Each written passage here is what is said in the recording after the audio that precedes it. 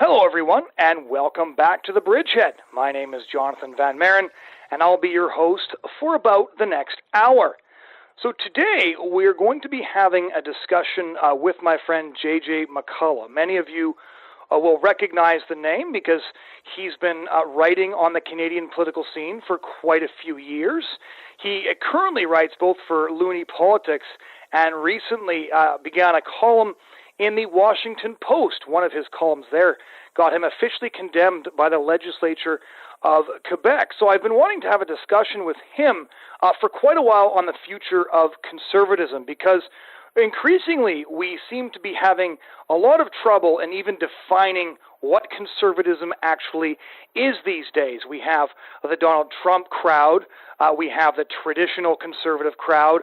Of course, here in Canada, the shadow of Donald Trump is looming over the Conservative Party leadership race, with much debate being bandied about on which of the candidates deserves that label the most, if any at all. So I had JJ on, and we had a conversation about the future of conservatism, and I hope you all enjoy it as much as I did. All right, JJ, well, thanks so much for joining us today. Thanks for having me. So where did we first meet? I think it was the Peak at Simon Fraser University. Is that right? Yeah, I think so. That seems to be where a lot of my meaningful relationships originated, at the student newspaper back in sort of, I guess, the late first decade of the 2000s. Yeah, I remember reading your stuff, because when I got on campus, the very first week I was on campus, there was an article in the Peak called "How to Be a Conservative at SFU." And that article was you, and had some great advice about how to deal with my professors and stuff like that. And then I guess it kind of went from there. And then what are you up to now? Sort of tell our listeners a bit about what you're all about. Most people have seen your cartoons, which you don't do as much of these days, but I've certainly kept track of them. And now you write for the Washington Post. Yeah, so I mean, I suppose ever since I left the university newspaper, I've just sort of bounced from one journalism job to another. I worked as a columnist for the Huffington Post Canada for a brief period of time. I was a political commentator on Sun News back when that was a thing. I worked for CTV as a commentator for a while. Most recently, I was a columnist at Loonie Politics, which was a sort of startup political commentary website that's still around. And and then I also did some cartoons here and there as well, editorial cartoons. Although as much as there is sort of a niche audience for that sort of thing, it's not nearly as popular or profitable as far as art forms go. So I've really sort of descended much more into written and audio and television commentary. Well, and it's interesting because I've noted the evolution in your writing as you discuss different topics, and of course, we're living in a very rigidly ideological age, and you've written a lot about how, you came of age as a conservative defending the Iraq War, defending George W. Bush, and you've been forced to question a lot of those things, and now we've arrived at this moment, which everybody is trying to figure out, and, there's a lot of work for a columnist at the moment, which is a lot of what you're doing at Washington Post, trying to figure this out, and I know you've been on a bunch of other radio shows and podcasts and things like this, discussing it. So how would you describe your evolution as a conservative over, say, the last 10 years while you were writing and drawing? Yeah, that's a good question. I mean, it is true that certainly when I was sort of first becoming politically aware, and actually when I first started writing political commentary, it was actually at a previous university where I went at Douglas College, which was, I also worked for their student newspaper back in the day. And this was about the time that the Iraq War was really the debate of the Iraq War was really sort of heating up. And I had been very affected by 9/11, which had happened in the last year of high school for me. And I felt very strongly that, America should respond and that America should, sort of take the war to its enemies overseas. And I was a big supporter of George W. Bush. I thought he was a great leader. I thought that he understood the threat that America faced. And so, yeah, certainly my first sort of wave of commentary, my first sort of wave of writing, and even in my cartoons, I would say that I was probably what would now be described as a neocon. Right. Right. I was very much a big believer in the idea that America could use force to, fundamentally sort out the world in a very dramatic sort of way, which was that, it wasn't just about the use of force, it was also about that sort of American power could kind of reconstitute the world, that the Middle East needed to be democratized, America could democratize the Middle East in the same way that America democratized Japan and Germany. And, I was a very big believer in that. I had a very earnest faith in sort of the fundamental goodness of America, which I do still believe in. But, that war obviously didn't go well, and I was fairly disillusioned by that whole process. And I think that led me into a phase of somewhat introspective conservatism. I think I was actually, frankly, a fair bit more moderate for a period in sort of the mid 2000s than I think I perhaps am today, in which I was a lot more introspective. I felt like that there was, that the right was kind of getting a little bit broken in some ways, and that they ran, a couple of quite bad candidates. I was quite critical of John McCain and quite critical of Mitt Romney as well. I was always, though, I should say as well, that I was always very supportive of Stephen Harper in this country. And I think that one of the things that I've sort of come to realize as I get older and as I sort of try to find a niche for myself is that on some level, I'm just kind of retreating more and more into doing Canadian issues and just trying to get a handle on sort of Canadian domestic politics. Because in some level, I guess that's just like, it's a smaller realm, but it's also a realm that you can feel and speak a bit more confidently with. Right. The ideological stakes are perhaps a little bit less high in Canada. Whereas when you're talking about American politics, which I think is the temptation that we all want to do, the ideological stakes are a lot higher. I mean, America does sort of direct the evolution of, I think, Western thought, and certainly Western political philosophy in a lot of ways. And at a time when that's sort of becoming a lot, very uncertain, very intimidating, I think that the temptation to just kind of like retreat into Canada is quite strong. Yeah, now, just to double back for a moment, because I'm curious as to what you think of this. Both you and I were big supporters of George W. Bush, and I always felt he was a fundamentally good and decent and dignified person. And I just noticed it's trending on Facebook, George W. Bush, because of a few comments he made about civility and decency. And all these journalists are shocked that George W. Bush is the voice of reason, mainly because he can now be used to bludgeon the politicians that they don't like. But do you ever feel like George W. Bush was still just a fundamentally decent and dignified guy who did his very, very best, the Iraq War aside, in terms of, that I think the historians are going to be debating who screwed that war up for generations longer than you and I will be around. But I still feel, when I think back on that period and the conversations that myself and, the politicos, back at the peak were having, I still feel as if he was very unjustly mischaracterized.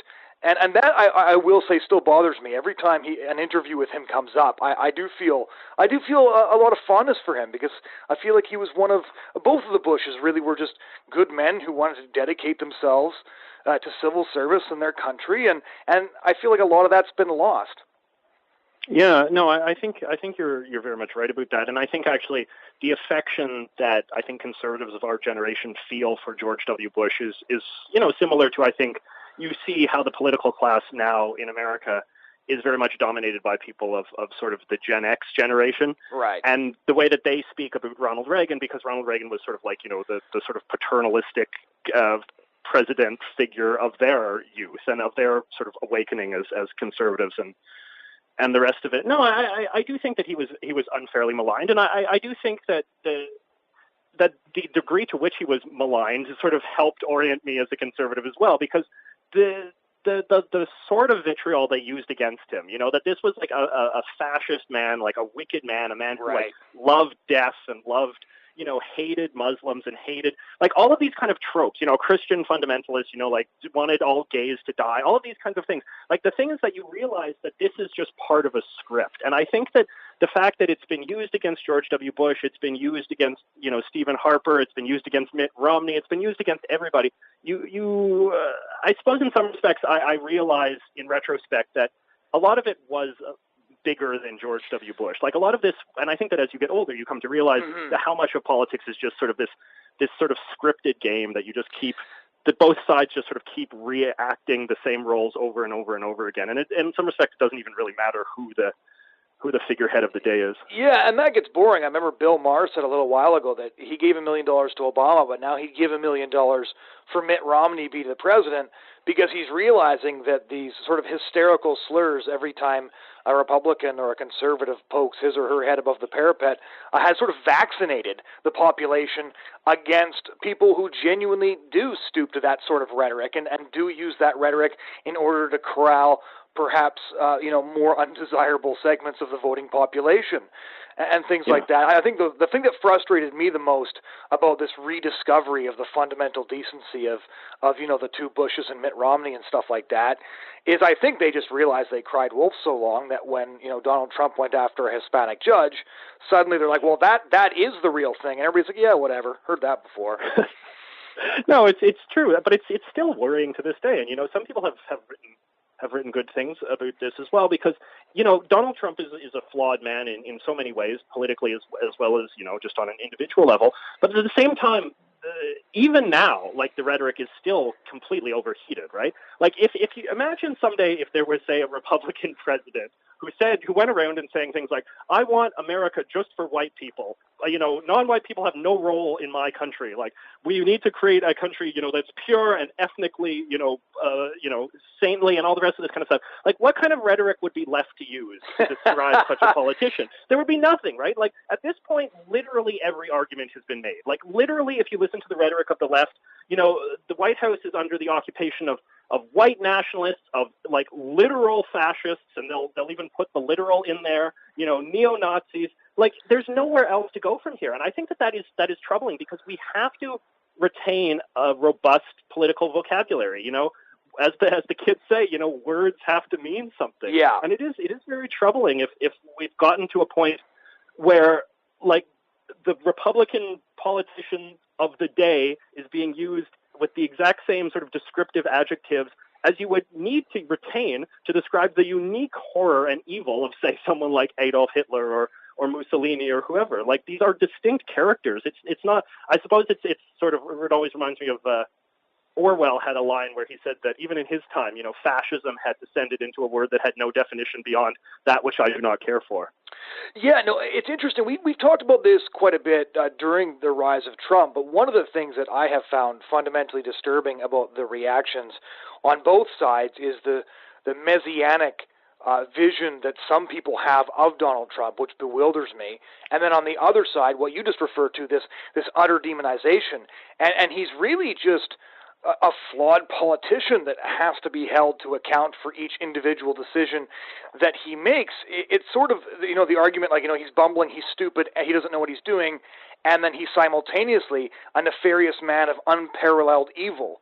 And sometimes I wonder if anybody's considered the fact that maybe there's no plan. Maybe he doesn't have a plan to make America great again. He was unprepared for the bureaucracy he's dealing with, and that's why it's taking him longer to accomplish his legislative goals, because, he isn't a politician and has to learn the ropes, and, it's his administration is plagued with leaks.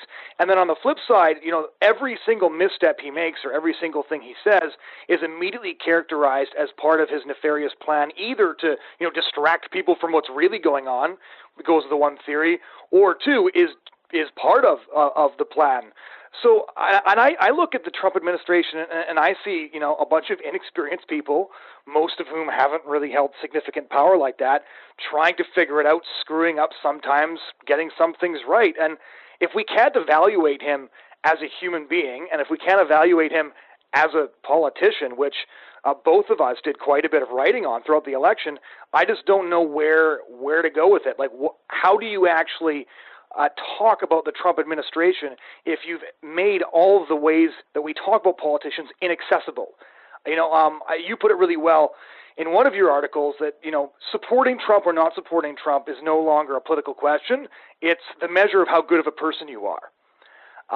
And even taking nuance, if you're nuanced about Trump and saying, well, I hated this, and I really liked that, now you're immediately evil because you didn't notice the fact that he has horns growing out of that whatever it's on his head.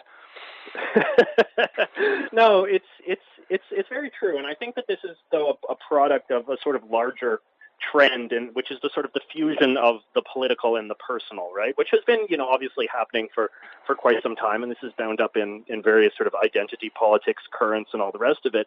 But we are really getting into an unambiguous place now, whereas that it's not even if you are a conservative, but if you just are insufficiently, full of hate for the current conservative figurehead, whoever that may be, then you are absolutely like a bad person, like that you are a wicked person, and that your opinion should be discounted on that basis. And that's something that really troubles me a lot, because as much as I'm a political commentator, as much as I've made my life expressing political opinions, I would like to think that I can turn it off at some point, right. That I can put the commentary aside. I can stop being JJ political commentator, and I can just start being JJ the man, and have my friends and live a normal human life. But I think that is becoming much more difficult at a time when people are consuming so much very sensationalistic, clickbaity headlines, which are a product of the technological change of our time, that encourage people to just really feel that the stakes are incredibly high, and that if they're not actively engaged in resisting a government, in this case, that is being portrayed as like the Hitler of our time, then that makes them like a deficient person. That makes them like a cowardly person. And as a result, that makes anybody who seems to be expressing any nuance to be basically like a quisling, a traitor, right? It's just a very narrow dichotomy where it's either it's actually, I suppose, like what George W. Bush once said in relation to Islamic terrorism, right? You're either with us or you're with the enemy. And I reserve the right to think somebody's an idiot without being evil. Yeah, or just that, maybe, you're misguided, right? Like, I'm perfectly willing to say that. Like, I have no problem with expressing nuanced opinions on the Trump administration, for instance, what it is or isn't doing, and trying to expose these kinds of things in a rationalistic and, fact-based sort of way. And I'm perfectly willing to say that maybe sometimes when I do this, I'm wrong. Maybe sometimes I'm drawing incorrect conclusions. Right. But what I'm not really interested in is being told that, like, I'm a wicked person, I'm a bad person, having people decide that they don't want to be my friend anymore on the basis of expressing any degree of nuance, which has happened to me, and it's troubling. Yeah, that trend has carried on. There's been a number of articles coming out about people losing friends now because of what's going on. I remember the host of the Canada Land podcast I kind of asked you, JJ, you're a great guy. You've got a lot of good things to say. But isn't there some part of you that, deep down late at night when you're alone with your thoughts, that tells you that you're one of the bad guys and you're rooting for the wrong team, right? Those sorts of questions. And I was wondering the other day, trying to piece this through and looking at the hysteria on my Facebook newsfeed, because I subscribe to all the left-wing news sites as well, is it perhaps part of this is most of the people our age, and especially younger, the people that are fueling the so-called resistance, have never experienced anything like this before. They've never experienced a political loss. They've had Barack Obama for 8 years. They were convinced that Hillary would be next, and they just never experienced anybody disagreeing with them on any major issue. So the issue, of course, that I'm most passionate about, being the pro-life one. They never experienced somebody in power saying, "Hey, we just disagree with you on that." And maybe that's where this hysteria is coming from, the realization that you actually have to make an argument as opposed to just assume that those in power are going to carry out the agenda that you inherited from your professors. Yeah, and I do think that there's also been a sort of troubling rise of rhetoric on the left. I mean, President Obama said this all the time, right? The idea that there's kind of like this arc of history, or that history is a kind of linear thing in which it's always sort of hurtling towards the progressive utopia, right? And I think that a lot of people did believe that very strongly, and I think that there was a strong aspect of that bound up in the kind of the inevitability of Hillary Clinton, right? Which kind of feeds into this idea. And there was a lot of rhetoric of this sort on the left, right? That like, okay, once we get Hillary in, then we've really crossed a point of no return. Like there will be no more Republicans. They'll never be able to be elected. The party is like broken. It's on, the bad side of demographic destiny and yada, yada, yada. Like the idea that is sort of how history is supposed to work. And the idea that there can be a pushback against that, or that maybe these kinds of things are just how politics will always work. Like maybe there's just going to be, one side wins and the other side wins. A back and forth, flip-flop, flip-flop, flip-flop, right? And I think that that's been like kind of what we were just getting at a bit earlier, is that one of the great virtues of getting older is that you do start to realize that you do not necessarily live in the most fascinating time that has ever existed. Sometimes you live in a particularly boring time, and I think that I'm starting to just conceptualize, Donald Trump's presidency. I mean, it's in many ways an unusual presidency, but perhaps in the grand scheme of things, it won't be regarded as that, 30, 40, 50 years from now. It'll probably be just regarded as, oh yeah, and then a Republican was president. In the same way when we look back at our charts of presidents, we see that, there was Republicans, Democrats, back and forth. So it's getting beyond that kind of myopia, which I do think is a very young person sort of attitude. And yeah, I do think that the political commentary has become a lot more dominated by young voices who, as you said, perhaps don't have that kind of context. Yeah, and I agree with you. And we should want to live in boring times, right? The level of desire almost to see exactly what you're saying, this great significance in everything that's going on, which of course makes your next tweet or participation in some march all the more significant because history is going to remember you as one of the last holdouts against the impending apocalypse. Right, but doesn't everybody want to live in boring times and go to work and do their job and raise their families and hang out with their friends? That seems to me to be the desirable option for civilization. Yeah, you'd think that, but I mean, we've lived in such a politicized time, and I mean, I perhaps sort of lack the sociological skills to understand why that is. I mean, I'm sure that some of it is just technological, right? I mean, it is much more easy to consume a large diet of the news than it ever used to be, right? I mean, the newspaper used to be something that you would, check in at maybe first thing in the morning and then you'd go home and watch the 6 o'clock news at night. But it wasn't like constantly blasting in your ear, constantly on this little computer that you brought with you everywhere, constantly, in the corner of your eye at work all day long. So we do live in a uniquely sort of politicized era, which I think has sort of exacerbated a lot of sort of the worst tendencies that I think a lot of us perhaps were prone to anyway. Because politics is interesting, and I've heard people, who posit theories about that in a peaceful time, politics becomes a sort of proxy for war, for conflict that we all desire. It all clearly becomes a proxy for religion in some people's lives. Right. And becomes a proxy for entertainment. I mean, it's this huge thing that can fill so many holes, but that comes at a tremendous social cost, and I think we're starting to realize it. The question is just how, if it's at all possible in the technological and cultural moment that we live in, if it's at all possible to regress back to something a little bit simpler, a little bit more boring, a little bit more quiet. Which brings us to Canada. Nice transition. Yeah. Well, I got a call from a Quebecois journalist writing for a column in some magazine. I don't speak French, so I didn't understand the title, but they were asking me, as somebody who is a passionate social conservative and social conservative writer, are you hoping for a Trump effect here in Canada? Now, of course, I had to answer that question very carefully because I don't want somebody of the same moral character as Donald Trump. I have plenty of issues with him. There's plenty of things about the circus across the border that I have no desire to see unfold here. On the other hand, do I hope, that political correctness takes a hit here?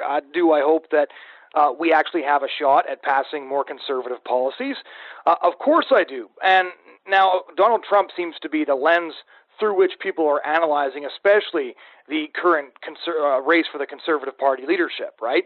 The parallels are constantly being drawn to Kevin O'Leary because he's been on reality TV shows like Shark Tank and Dragon's Den.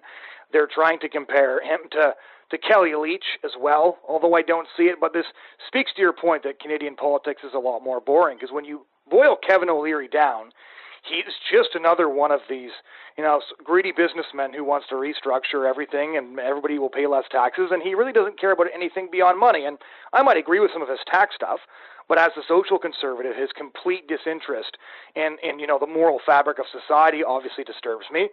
But as for Kelly Leach, I disagree with plenty of her policies as well, but I just don't see her as the sort of scary person that even Maclean's made her out to be a little while ago. What's your take on all of that?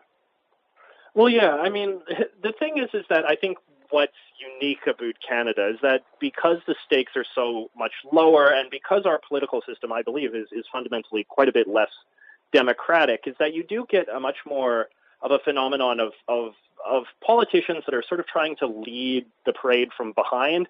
So, and they're often kind of like, they're not innovative people. They're not really bold thinkers. They're not transformative figures. They're not really trying to chart a new course.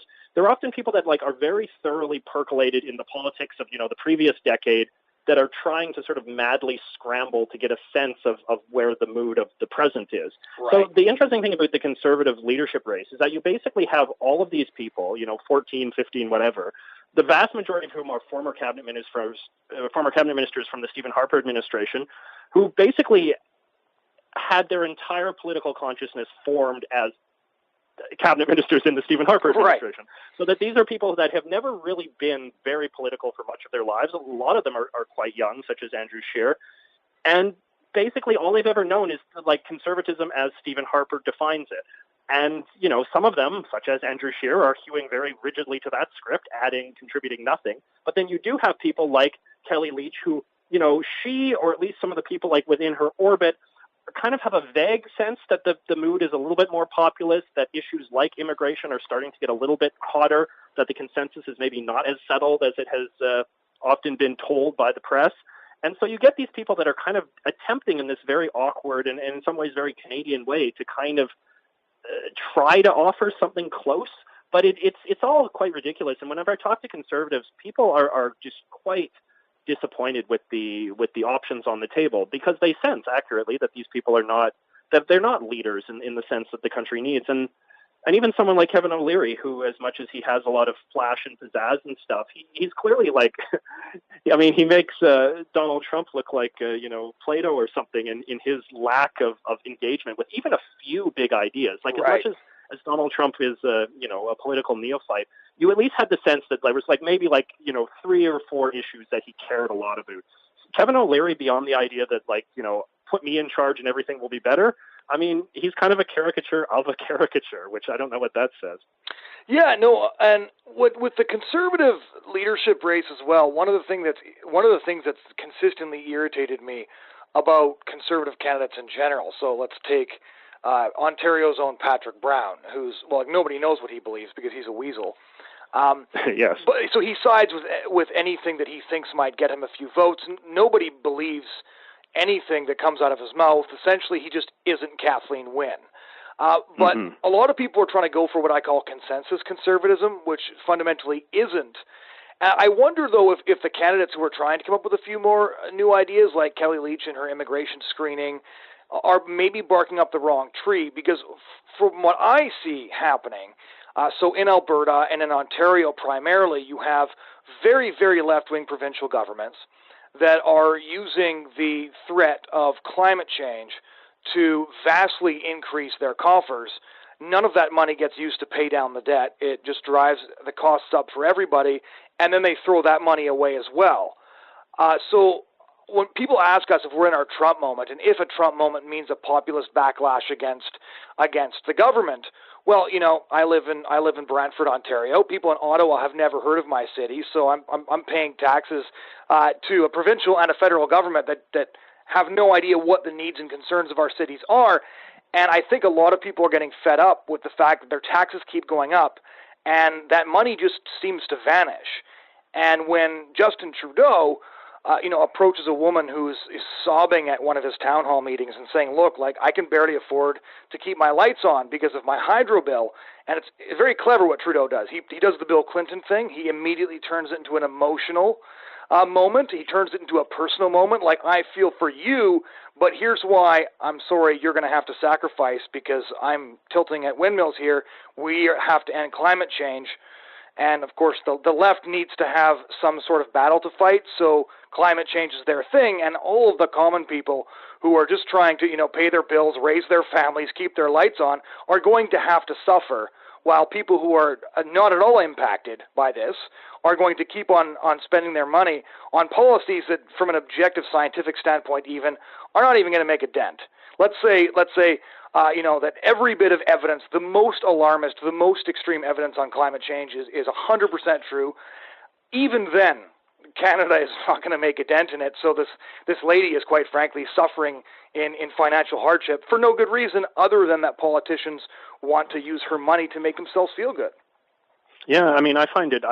You're exactly right, and I do find it endlessly fascinating because the whole conversation about climate change has again become just completely this kind of up or down moral test, right? It's like you either are a good person and you care about climate change, you believe climate change, you're not a climate change denier, which is up with like Holocaust denial as the new like sin of our time, but it's like.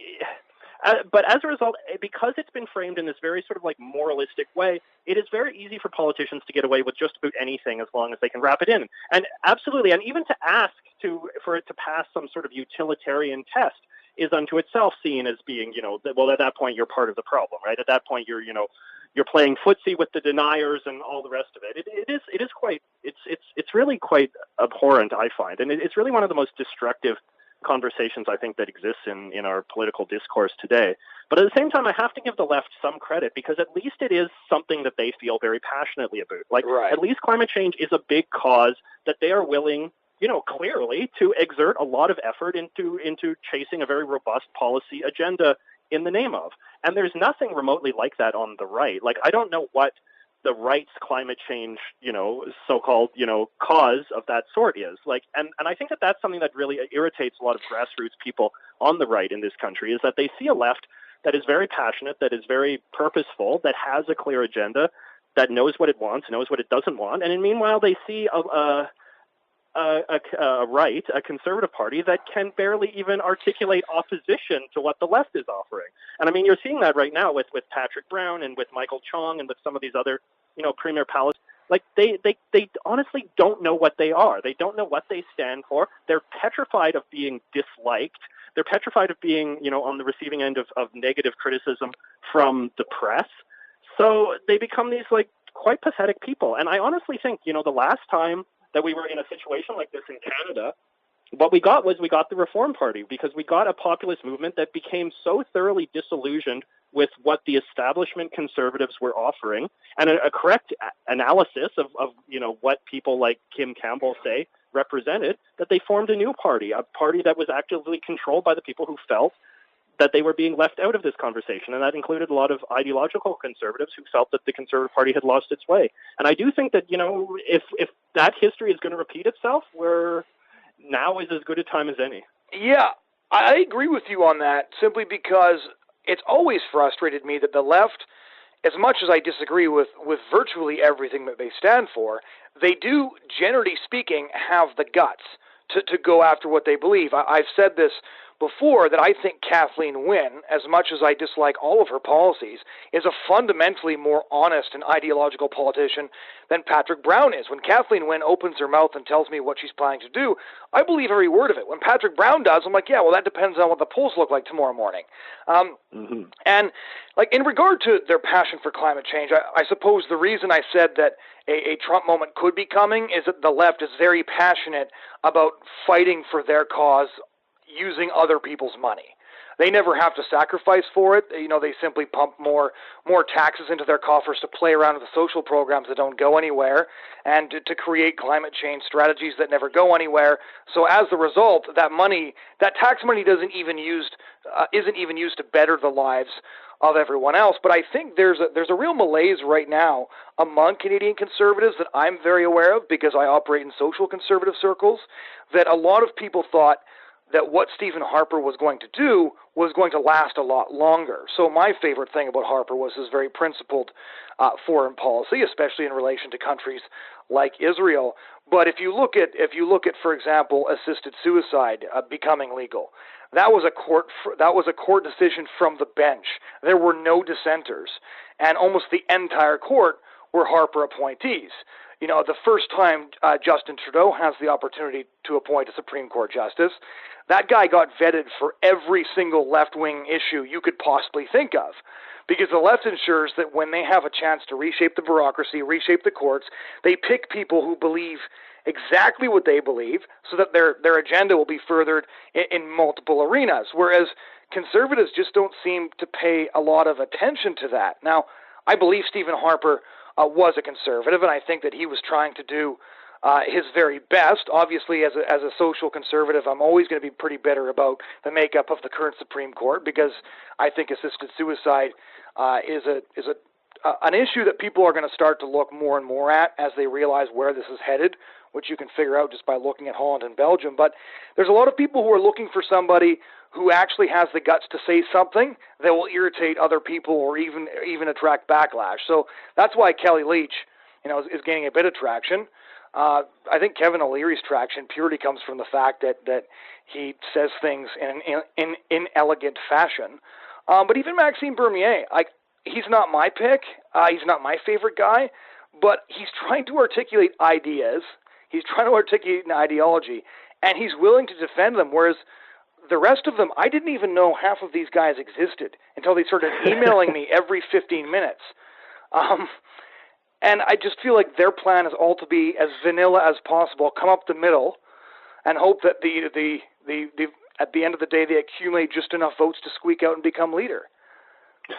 Well, the interesting thing, when I think about Stephen Harper, certainly in retrospect, I come to regard sort of that the last 30 years of Canadian conservatism was really much more just the story of one man, which was Stephen Harper's sort of long rise to power. And, Stephen Harper was a very principled conservative in a lot of ways, but he was also an idiosyncratic character. I mean, he had his calculations that he made from a political level, one of which was an enormous distrust of social conservatives, which I guess was forged in whatever context produced him, right? And that's fine. But I think that what we've realized is that people I think have underestimated just to what degree he was the dominant figure who just consumed everything. Like that he sucked all the oxygen out of the movement, out of the ideological space of conservatism in this country, and that as a result, the moment that he sort of wandered off, we're kind of flailing about, and that there.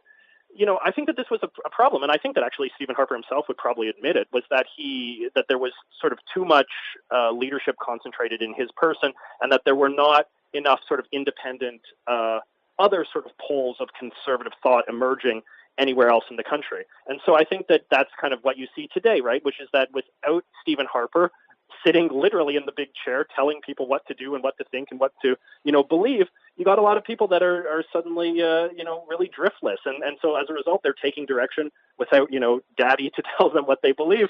They're looking to the press. They're looking to, liberal politicians. They're looking to other poles of authority, which of course are all captured by the left. I think that what you said about Maxime Bernier is probably true. I mean, I'm not a big fan of his either. But you can say that at least he seems to have a philosophy. At least he seems to have a value system. Personally, I kind of feel that the priorities of that particular value system, of this kind of libertarianism with a very sort of limited Canadian sort of policy scope, is not the most relevant to the age that we're living in. Right. A friend of mine has this term and phrase where he talks about sort of the economy cult, which is a sort of like line of argument that you hear certain people sort of recite endlessly in Canada. The idea that sort of like the most pressing issues facing the country today are like, getting a better equalization system for the provinces, or, ending supply management. Like, I mean, it's all well and good to have a worldview that's based around addressing those issues, which I suppose are, I agree with him, but it's like, are those the issues that are really the defining ones of our time? Like, are those the issues that when you look at sort of why people are feeling alienated or upset with Justin Trudeau, or with politics, or with the culture, or with the state of Canada in general, are these really the ones at the top of the list, or are these merely ones that you've found easy answers to, 20 years ago, and you just kind of want to keep repeating them? So I don't know. I honestly think that this is not a great time for the party, but I also think that sometimes you really have to hit a really low point before something greater can rise from the ashes. And I think that that's what we've seen in the history of conservative parties in this country in the past. That is true. You said earlier that we know what the left is passionate about, but conservatives don't seem to have something. I think from what we can see unfolding right now, most of them are simply passionate about power, which is why a great many of them are willing to say virtually anything it takes to get them there. AKA Patrick Brown and a lot of the leadership candidates who don't seem to have an ideology, but if this is a dark time for the party, what would be your ideal moving forward, right? So I have policies that I'm passionate about, and I'm going to be voting for the Conservative Party leader, and I'm going to be, ranking people I think have the best chance of bringing some of those values to the House of Commons. But do you see any figure on the horizon that might be somebody who's capable of uniting fractured Canadian conservatism? And secondarily to that, right, because the Canadian media landscape isn't like the American Canadian media landscape, but you can see sort of the polarization starting to happen to a certain degree, that some people are convinced that, again, Justin Trudeau is this crazy, nefarious, evil person, and that he wants to open the floodgates and let millions and millions of Syrians in and things like that. So these things are underway right now, and I know it's hard to make predictions, but why don't you give it a shot? Well, I mean, I do think that sort of the next great wave of conservative politicians will not come from existing sort of political structures. I think that there'll be both people from the outside. Maybe it'll come from journalists. I mean, that's been a sort of underreported phenomenon of sort of the Trump administration, was how a lot of these characters that are sort of in his inner circle, like, say Stephen Bannon, have a background in journalism rather than politics or consulting or, that sort of world. Just because, like, I don't know, like when I look at, I'm pretty active on Twitter and I get a lot of support and stuff from sort of what I would consider the base or like rank and file conservatives. Mm-hmm. And you look at what they're talking about, and they're talking about, issues such as, immigration and diversity. The increasing diversification of Canadian society is clearly not coming at no cost, like Justin Trudeau likes to say. It is causing social tensions. It is causing inequality of various sorts. It has an economic component, but also a very big cultural component. And then when you factor in sort of the rise of Islam, that this is becoming a much more, there's over 1 million Muslims in this country now. It's a substantial minority population, increasing at a substantial rate at a time when we've seen what happens to other Western countries that have a large and mostly unassimilated Muslim population, that doesn't come without a cost.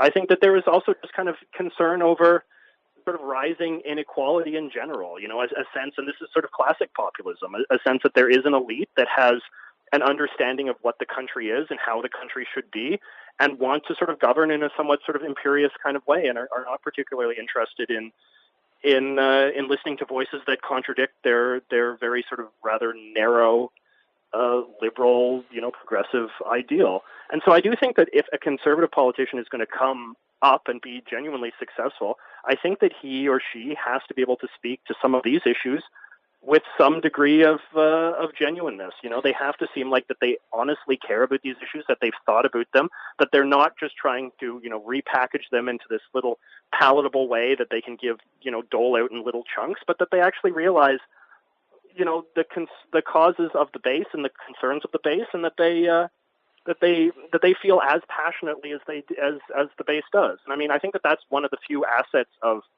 Kevin O'Leary. Even though he doesn't think seriously about any of these issues that I've talked about, you get the sense when you see him that he is actually angry at something. He plays angry well. He seems genuinely upset at the state of the country. He seems particularly livid at Justin Trudeau, at Kathleen Wynne, at Premier Notley.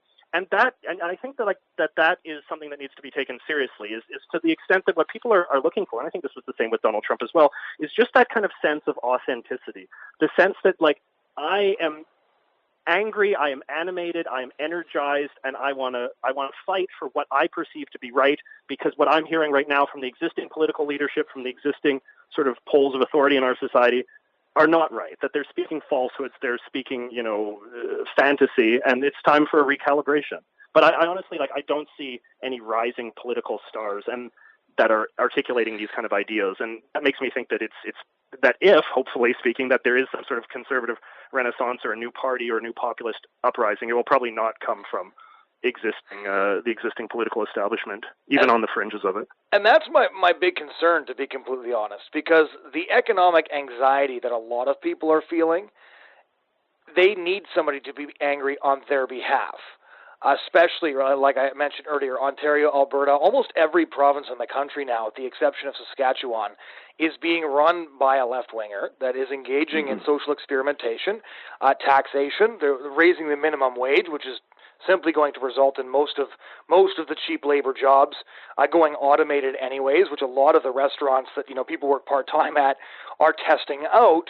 And I think that where the populist uprising in Canada would come from is simply by the fact that the so-called elites, I hate the word, but let's use it for the sake of the discussion, that the anger is going to come from the fact that they are constantly feeling the financial pitch, and that the utopia the left is promising isn't materializing for anybody but for a select few. Very ironically, actually, since the left likes to say, conservatives don't care about economic equality, and we do, but a lot of their pet projects create the economic inequality. And I see this, about like 5 or 6 years out. I could be wrong. It could be earlier. It could be a bit later. But at some point, we're going to reach the tipping point where people have just had enough, where they can't handle $300 hydro bills, where they can't afford the things that they need to live like they used to. And I, myself, as a conservative, really want a principled conservative with a conservative ideology to be prepared to take advantage of that backlash against the politicians who are testing out their utopian theories. And I fear exactly what you said. The angriest guy left is going to be the one everybody votes for, because they're like, you know what, I'm angry, I'm pissed off, and so is Kevin O'Leary. So I'm going to vote for that guy when we should be fielding somebody that actually has a lot more to say than he does. Yeah, no, I agree completely. And again, not to bring everything back to Trump, but I think that's obviously part of the phenomenon that produced him. And I think that, it's interesting because Trump has sort of been at the center of what I've described as a kind of cargo cult. I mean, when you look at some of the people on sort of the fringe right, certainly, like, even a lot of sort of like, these young people, the so-called alt-right sort of folks on forums and whatnot. Right. Like, a lot of them are fantasizing things about Donald Trump that he's never actually articulated, right? He's being, treated as a sort of messiah figure, and that even when he engages in sort of incompetence, well, there's clearly like some big, like you said before, like there's some bigger Machiavellian chess game that's being played. But you're right, like it's troubling, because the reason why people think this is because they're so desperate, right? So that they're finding false saviors everywhere. And that is obviously a very destructive place to be in, is when you're so desperate that you'll put up with anyone and that you'll judge people based on very sort of superficial metrics. And that you'll imagine that because they maybe agree with you on one thing, that they must agree with you on everything, or even not even if they agree with you, just because they seem in some amorphous way like the kind of person that would maybe sympathize with you or like you or whatever else. And it wouldn't surprise me if Kevin O'Leary became boss of the Conservative Party. It wouldn't surprise me if Kevin O'Leary became Prime Minister of Canada someday. And people will read all sorts of conclusions as to why that is. But I think that the one that the press has been the most hesitant to conclude is that there exists any sort of, disillusionment. I mean, the press has been in nonstop propaganda mode at a degree which I really think is quite galling and is going to look really bad in retrospect if there is some sort of populist conservative uprising in this country at some point. Because when you read the papers these days in this country, what do you see again and again? It's like, things in Canada have never been better. We are doing so well compared to America, compared to the rest of the world. Canada is this shining, city on the hill. It's a beacon. I saw this piece in Maclean's magazine yesterday, which is a very sort of tendentious sort of thing that you see a lot, where it's like the Canadian or the American dream is alive and well in Canada. Like, everything's going great. And, Justin Trudeau says the same thing too. Like, we've got everything sorted out. And this is a sort of very classically sort of Canadian attitude, where we are a very smug people and we are a very self-aggrandizing people. And that is a sort of flavor of populism itself, and it wins over some converts. But I do think that, there's going to be, the louder that this chorus gets, the more it just pisses off people who, do not look around them and do not look at their lives and the lives of their friends, and do not look at the state of the country and its economy and its culture and think, wow, this is a long way away from the utopia that I'm always being told that I inhabit. Well, I've noticed the same thing in the press articles. There was a couple last week. The only time they actually mention the growing disillusionment in certain places is to say, this is what they say and here's why they're wrong.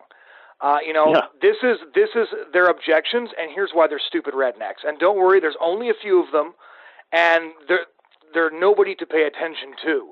That really irritates me, because here in Ontario especially, like I've noticed my hydro bill go up exponentially over the last couple of years now. I'm not the kind of person who pays attention to my bills very closely, and I'm in the place of not having had to worry about that, because for the longest time it was just me and my townhouse, right? But I can see for people with a couple of kids, or a small business that's really dependent on other people's income, this is really real. And I think that for them, where the anger would come from is watching Mr. Sunny Ways trot around the globe and brag about their country and how we're dodging all the bullets that are landing everywhere else. That could, I think, really stick in someone's throat after a couple of years of paying bills so high they can't even afford to take a week off in the summer and go somewhere, like the people that have been confronting Justin Trudeau at his town halls. Yeah, or you can, and every province has its own dysfunction, right? You can look at where I live here in British Columbia, where the dream of home ownership, if you're a young person, is just basically like, that's just not going to happen. Like, you're just never going to be able to afford to own your own home, so you're just going to have to live in this, renter squalor forever. And there's obviously Alberta has unique dysfunctions, the carbon taxes over there, and sort of this ideological war against the tar sands, which is this kind of wicked thing now that, as the Prime Minister says, we have to phase out because it makes it harder for us to, be the toast of the next Paris climate summit or whatever it is. These just very abstract ideological goals. The same thing with immigration, right, where you're seeing communities that are becoming so diverse that you have no sense of who your neighbors are anymore. You can't you can't just chat about things with the kind of people, nobody's speaking English. You're seeing a much more sort of stratified society where all of the lowest paid labor is being done by imported foreigners who, again, don't speak your language, don't look like you, are not culturally the same. All of these kinds of things, this is not a recipe for a healthy society as much as we're constantly being told it is. It's troubling stuff. And you have to believe that at some point, people are kind of going to get over the taboos associated with calling some of these problems out. And I think that that's actually what the left has been most successful at, is that they've been very successful at sort of learning how to pathologize criticism, that they've been very successful in learning how to brand criticism of their most extensive social engineering policies are now, anybody that finds fault with them is either, a racist, a homophobe, a climate change denier. These are very powerful labels that give people a lot of anxiety when that they're attached to. And the problem, though, is that the only real way to push back against them is to be quite brash and to be quite unapologetic. And I think that is that's a disposition that doesn't come naturally to a lot of people. It certainly doesn't come naturally to me, and perhaps not naturally to you, which is the kind of, I suppose, not to put too fine a point on it, but that is kind of one of the great cleavages of our time, is that we live in an era where there is a great demand for populist leaders, and yet the people that are often would ordinarily be the leaders are people that are not sort of personality-wise equipped to necessarily offer that. They're people that want to be, the traditional leader personality is more cerebral, more sort of standoffish, more moderate of disposition, so to speak. And so the question is, well, who's going to fill that void then? Is it all just going to be, a leadership of brash reality show people? That's an appropriate note to end the first round of this conversation on. I hope we can do this again really soon, and thanks a lot for taking so much time. Oh, no worries, Jonathan. I'm glad we had this chat.